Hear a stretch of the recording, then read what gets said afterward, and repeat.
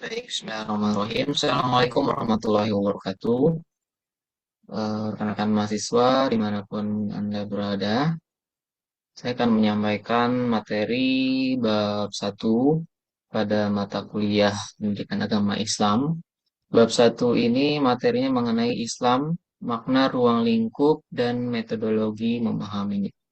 Langsung saja kita bahas.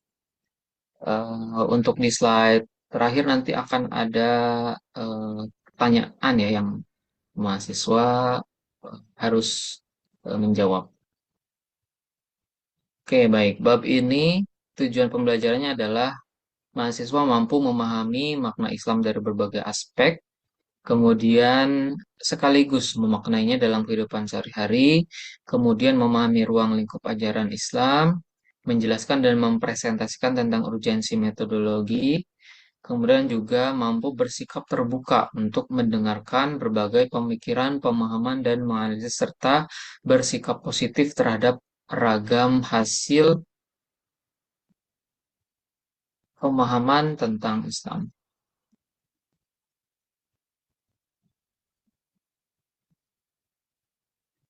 Oke, yang pertama makna Islam.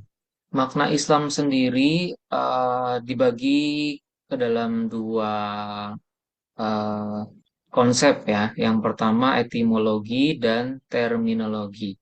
Nah, etimologi Islam itu berasal dari kata aslama, salam, dan salamah, yang artinya penyerahan diri, kedamaian, dan keselamatan melalui ketaatan total kepada Allah Subhanahu wa Ta'ala. Ya. Nah, aslama itu apa? Aslama itu sebenarnya tunduk atau patuh menjalankan perintah Allah. Ya, aslama. Kemudian salam dan salama, yaitu ketaatan yang melahirkan ketenangan, ya, keselamatan dan kebahagiaan di dunia akhirat ya. Setiap sholat ini kita berdoa untuk eh, apa namanya supaya kita diselamatkan oleh Allah dan juga apa namanya mendapatkan kebahagiaan dunia dan akhirat ya. Doa sapu jagat itu. Jadi ya Islam sendiri secara etimologi berarti penyerahan diri untuk apa? Untuk mencapai ketenangan, ya, kesejahteraan, keselamatan, dan kebahagiaan. Nah, sementara secara terminologi, Islam adalah agama wahyu yang diturunkan Allah kepada Nabi sebagai pedoman hidup, ya, terbagi menjadi tiga, akidah, syariah, dan akhlak, ya, itu. Nah, fungsi ketiga ini apa? Fungsi ketiga ini adalah untuk mencapai kebahagiaan dunia akhirat. Tujuannya sama ya, etimologi dan terminologi itu mencapai kebahagiaan dunia akhirat. Namun secara terminologi eh, lebih kepada proses bagaimana agama atau wahyu itu diturunkan kepada siapa? Kepada Nabi Muhammad SAW. Nah, kemudian yang selanjutnya adalah di sini ada 5 tujuan pokok ajaran Islam atau lebih dikenal dengan maqasid syariah. Ya, mungkin teman-teman di sini yang lulusan pesantren sudah memahami ya. Yang pertama adalah hifzuddin atau menjaga agama, yaitu menjaga fitrah keimanan manusia. Bagaimana kita mendekatkan keimanan kita agar tidak syirik gitu ya, tetap bertauhid kepada Allah Subhanahu wa taala. Itu menjaga agama, hifzuddin. Yang kedua adalah hifzun nafs, yaitu menjaga jiwa. Nah, konsep ini berarti kita sebagai hamba Allah itu eh, secara terus-menerus ya dalam kehidupan kita agar melindungi keselamatan jiwa, ya, jiwa kita, jiwa sebagai makhluk ciptaan Allah. Ya. Nah, bentuk penjagaan jiwa yang kita lakukan adalah lewat pernikahan, kisos, dan hukum pidana Islam. Kemudian yang kedua adalah hifzul akal ya, menjaga akal. Nah, salah satunya sekarang ini kita kuliah ya di Unsil misalnya ya. Sebagai bentuk dari menjaga akal. Menjaga akal itu sama seperti kita menjaga akal yang diberikan oleh Allah Subhanahu wa taala ya. Salah satunya adalah menuntut ilmu ya. Nah, menjaga akal juga hubungannya dengan kesadaran diri kita. Nah, sehingga makanya Allah melarang meminum alkohol, meminum khamr ya. Karena itu apa namanya? Merusak akal. Sehingga sebagai manusia kita tidak sadar untuk apa namanya? Akal kita itu tidak sadar. Kemudian yang keempat adalah hifzul mal, yakni bentuk kita atau sikap kita dalam menjaga harta kita di dunia. Tentunya di dunia ya, bukan di akhirat. Nah, hifzul mal ini di dunia ya. Nah, misalnya bagaimana kita mengatur ekonomi keuangan diri sendiri gitu ya, keuangan keluarga gitu, dan sebagainya. Termasuk kalau kita menabung, meminjam uang itu wajib menghindari riba ya agar harta kita terus suci, bersih gitu ya, terpelihara. Itu salah satu bentuk menjaga harta atau hifzul mal. Yang kelima adalah menjaga keturunan, hifzun nasl ya. Yakni kita sebagai manusia bentuk menjaga keturunan kita adalah pernikahan ya, keberlangsungan dan kualitas generasi manusia, mendidik anak gitu ya, dan seterusnya. Itu adalah hifzun nasl. Kemudian ruang lingkup ajaran Islam yang yang tadi sudah Bapak sampaikan ada tiga, akidah, syariah, dan akhlak.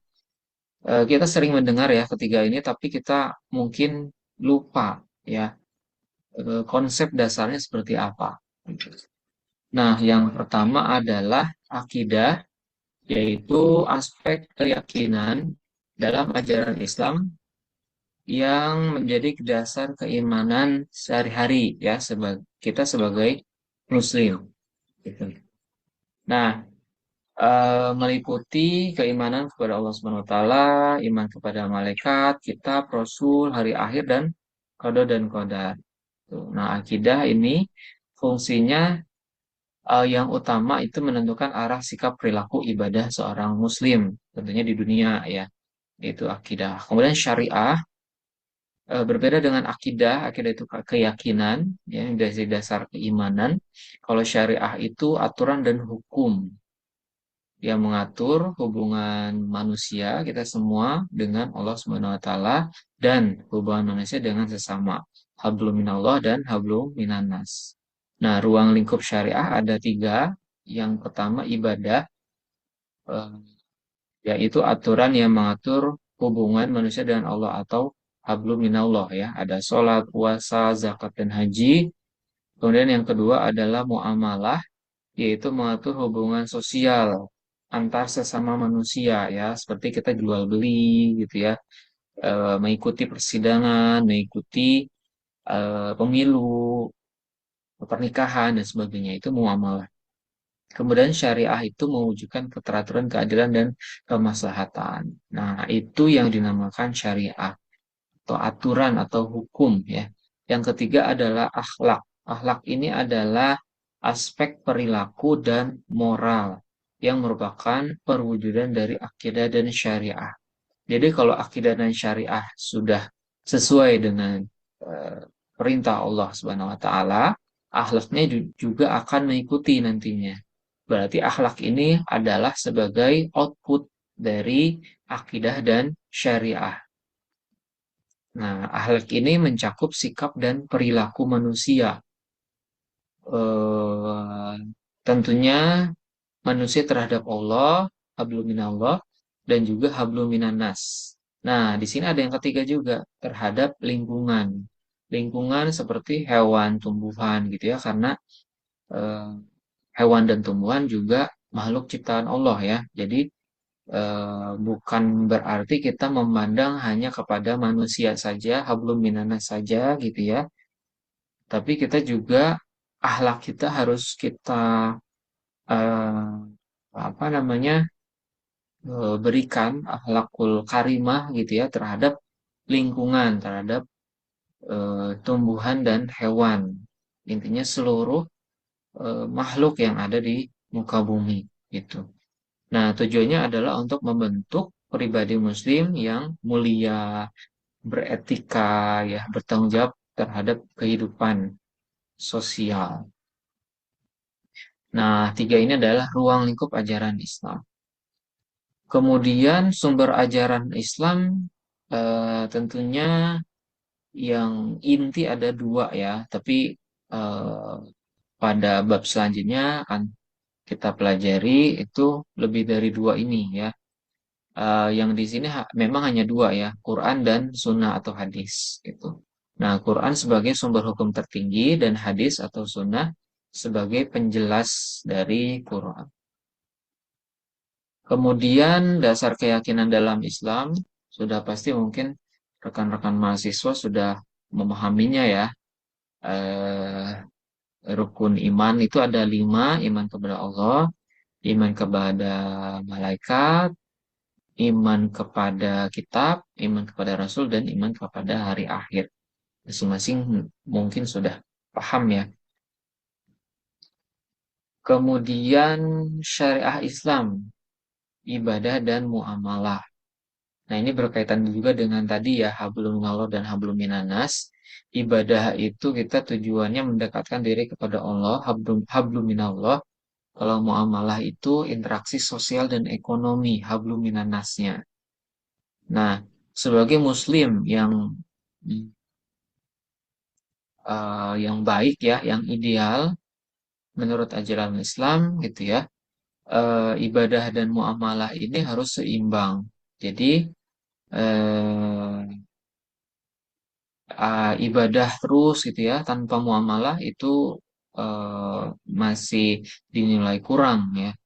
Tapi muamalah terus tanpa apa namanya tanpa adanya ibadah juga akan kurang sehingga yang paling ideal adalah seimbang antara ibadah dan muamalah itu hablum minallah dan hablum minannas. Nah, ini ada salah satu quotes untuk mengakhiri materi pada bab ini, yaitu Islam adalah ajaran yang menyeluruh dan harus dipahami secara benar dan bertanggung jawab. Yang artinya adalah Islam harus kita maknai sebagai keseluruhan nilai, keseluruhan ajaran, keseluruhan panduan kita hidup di dunia ya. Tidak hanya kita ibadah saja, tetapi kita hubungan kita terhadap manusia yang lain gitu ya.